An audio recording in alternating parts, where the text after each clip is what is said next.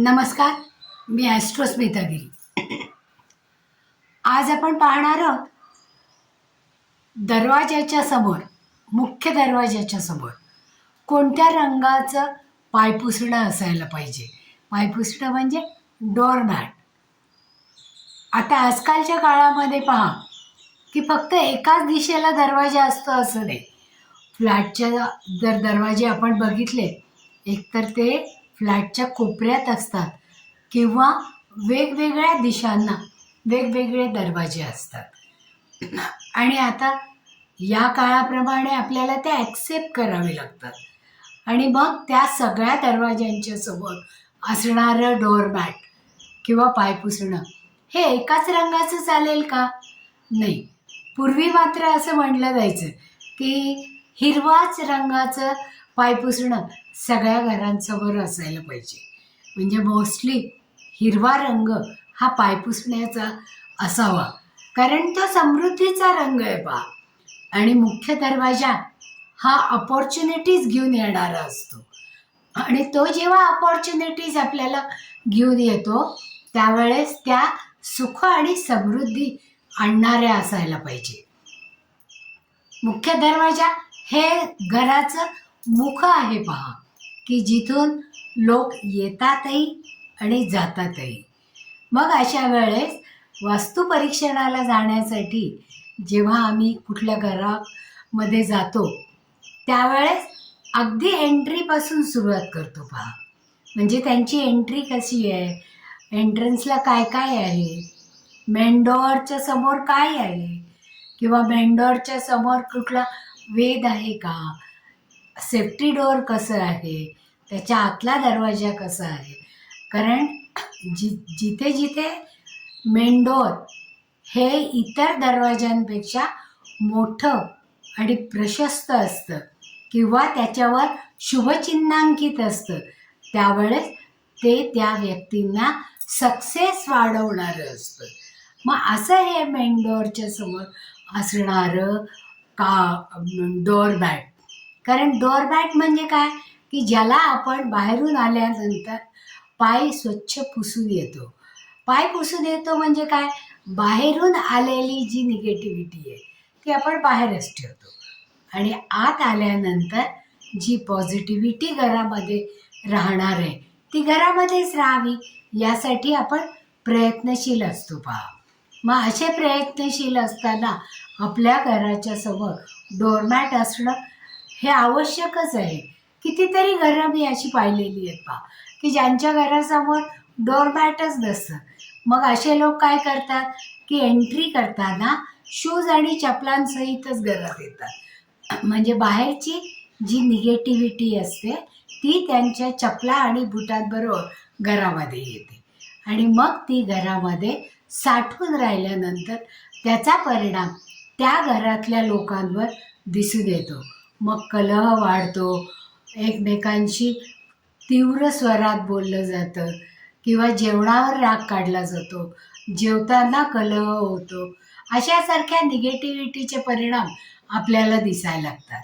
मग या निगेटिव्हिटीवर मात करण्यासाठी आपल्याला काय करायला पाहिजे, मेनडोरच्या समोर एक पायपुसणं हे ठेवणं गरजेचं आहे. पायपुसणं केतूला स्टँड करतं पहा. केतू काय करतो, कट करतो किंवा विरक्त करतो. मग अशा वेळेस आपल्याला हे मेन डोअरच्या समोर असणारं पायपुसणं हे बाहेरून आलेल्या निगेटिव्हिटीला दूर तर ठेवतंच, पण त्याच्याबरोबर आत आल्यानंतर जी पॉझिटिव्हिटी आहे ती इंटॅक्ट ठेवतं. म्हणून अशा वेळेस आपल्या घरासमोर, प्रत्येकाच्या घरासमोर दरवाजासमोर पायपुसणं हे आवश्यक आहे.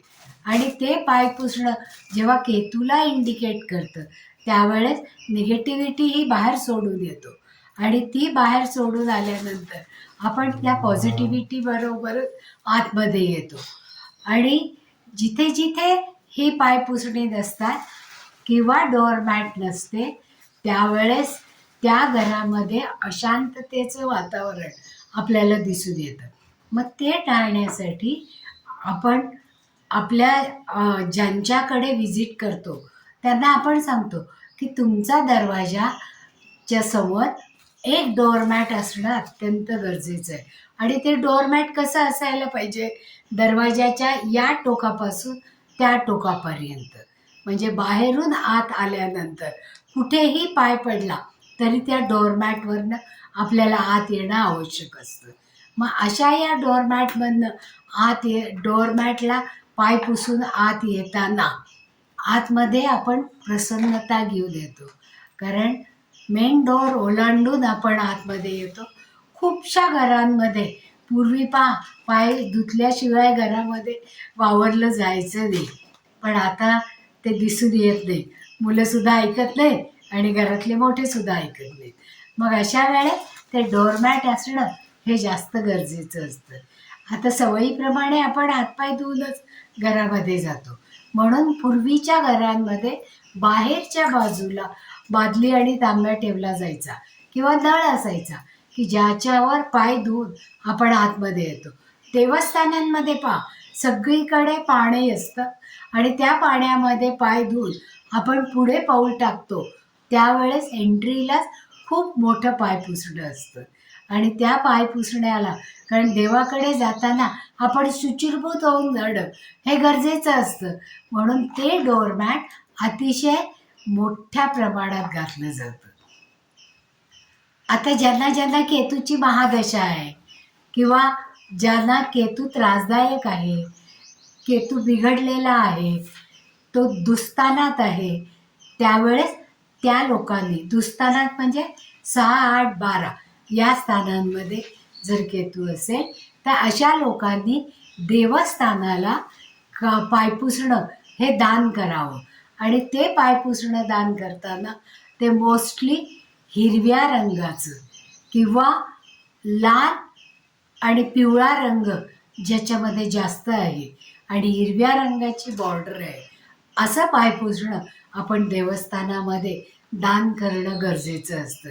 की ज्याच्यामुळे जितके लोक त्या पाय पुसण्याला पाय पुसून देवाला जातील, देवाचं दर्शन घेतील आणि तिथून परत बाहेर येतील, तेवढा आपला केतूचा त्रास हा कमी कमी होत जातो. म्हणून ही एक सगळ्यात मोठी रेमेडी आहे की देवस्थानाला पाय पुसणं हे दान करायचं. आता आपल्या प्रत्येक घरांचे दरवाजे हे मी मगाशी म्हणल्याप्रमाणे, कारण पूर्वीच्या सगळ्या ऋषीमुनींनी काय सांगितलेलं आहे की दरवाजासमोर पाय पुसणं असणं गरजेचं आहे. त्याला पाय पुसून तुम्ही आत या. आणि हिरवा रंग हा प्रगतीचा आणि भरभराट आणणारा रंग आहे, म्हणून हिरव्या रंगाचं पाय पुसणं असावं असा आग्रह असायचा. पण आता जेव्हा दरवाजे वेगवेगळ्या दिशांना असतात त्यावेळेस त्या वेगवेगळ्या दिशांच्या पायपुसण्यांचे रंग हे वेगवेगळेच असायला पाहिजे, नाही का? ज्यावेळेस पूर्वेला दरवाजा असतो त्यावेळेस पूर्वेच्या दरवाजावर लाल गुलाबी रंगाची छटा असलेली किंवा लालला हिरवी बॉर्डर असलेलं असं पायपुसणं ठेवावं. आग्नेय दिशेला ज्या वेळेस दरवाजा असतो, मेन दरवाजा, त्यावेळेस गुलाबी रंगाचं प्राबल्य ज्या पायपुसण्यामध्ये जास्त असेल, म्हणजे लालची फिक्की छटा त्याच्यामध्ये असायला पाहिजे. तिथेही हिरवी बॉर्डर असली तर चालणार आहे, गुलाबीला हिरवी बॉर्डर, की ज्याच्यामुळे ते उठून तर दिसेलच पण त्याचबरोबर निगेटिव्हिटी बाहेरच्या बाहेर ॲब्सॉर्ब केले जाईल. आता दक्षिणेकडे जर दरवाजा असेल तर दक्षिणेच्या दरवाजामध्ये पिवळा आणि मोरपंखी निळा अशा रंगाचं पायपुसणं असायला पाहिजे. आता पिवळ्या रंगाचं प्राबल्य इथे जास्त पाहिजे आणि मोरपिशी निळा रंग जो आहे, म्हणजे मोरपंखामध्ये आतल्या भागामध्ये जो निळा रंग असतो, जो डार्क निळा आहे, त्याची बॉर्डर असणं हे गरजेचं आहे. आता दक्षिणेकडून आपण नैऋत्येकडे येतो. नैऋत्येच्या दिशेला मातकट रंगाचं दरवाजा असेल तर मातकट रंगाचं आणि त्याला पिवळा रंग प्राबल्याने मोठा जो फ्लोरोसंट पिवळा असतो त्याची बॉर्डर असावी आणि चॉकलेटी किंवा मातीच्या रंगाचा आतला भाग असावा अशा प्रकारचं डोअरमॅट नैऋत्येच्या दिशेला असावं. आता पश्चिमेला निळ्या किंवा काळ्या, पण काळा रंग आपण जास्त वापरत नाही. मग त्यावेळेस निळ्याच्या ज्या छटा आहेत, डार्क ब्लू, इंडिगो ब्लू किंवा लाईट ब्लू, अशा रंगाचं पाय पुसणं हे तिथे टाकलं तर त्याचे उपयोग आपल्याला जास्त चांगले होतात आणि त्या दिशांचे दोष हे कमी होतात, की ज्याच्यामुळे ती निगेटिव्हिटी तिथेच थांबून आपण पॉझिटिव्हिटी घेऊन आतमध्ये एंट्री करतो.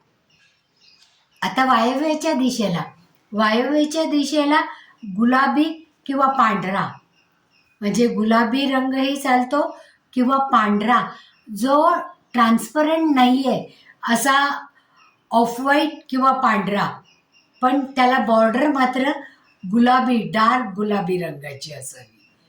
त्याचप्रमाणे उत्तरेला जर दरवाजा असेल तर कंप्लीट हिरव्या रंगाचं पायपुसणं असावं किंवा हिरव्या रंगाचं पायपुसणं असून त्याच्या बाजूने जर लाईट हिरव्या रंगाचं बॉर्डर असेल तर ती जास्त कॉम्बिनेशनही चांगलं दिसतं आणि बुधाची एनर्जी आपल्याला उत्तरेकडून मिळतं. म्हणजे उत्तरेच्या दरवाज्यातून येणाऱ्या अपॉर्च्युनिटीज या सगळ्यात जास्त प्रमाणात असतात. आता ईशान्य दिशा ही देवत्वाची दिशा आहे पहा, आणि तिथे गुरुचं प्राबल्य जास्त आहे. मग अशा ठिकाणी नारिंगी किंवा पिवळ्या रंगाचं, पण पिवळा लाईट हवा बरं का. नारिंगी रंग हा एनर्जी देणारा रंग आहे, म्हणून ईशान्येला जेव्हा दरवाजा असेल त्यावेळेस नारिंगी किंवा गुलाबी अशी बॉर्डर असलेला किंवा या दोन रंगाचं कॉम्बिनेशन असलेला रंग जर आपण पायपुसणं तिथल्या पायपुसण्याच्या रंगासाठी वापरलं तर त्याचा जास्तीत जास्त उपयोग होतो. म्हणजे तिथे त्या दिशांमध्ये उपस्थित असणाऱ्या देवतांचा आपल्याला आशीर्वाद मिळतो. म्हणून पायपुसणं असणं गरजेचं आहे. डोअरमॅट जरूरच आहे. ती डोअरमॅट त्या रंगाची वापरली तर त्या ग्रहांचं आपल्याला बळ मिळतं आणि आपल्या घरामध्ये सुख, शांती, समृद्धी आणि समाधान हे जास्त काळ नांदतं. तर आपण सगळ्यांनी या गोष्टी चांगल्या लक्षात ठेवूया आणि आपल्याला जे माहिती आहे ते दुसऱ्यांना माहिती करून देऊया. आवडलं असेल तर लाईक करा, सबस्क्राईबही करा आणि ही माहिती तुमच्या सगळ्या मित्रमैत्रिणींपर्यंत पोचवायची असेल तर शेअरही करा. आणि त्याच्याच बरोबर तुमच्या मनात जर आणखीन काही शंका असतील तर त्या जरूर लिहून कळवा. तुमच्या शंकांची उत्तरं आम्ही देऊ. धन्यवाद.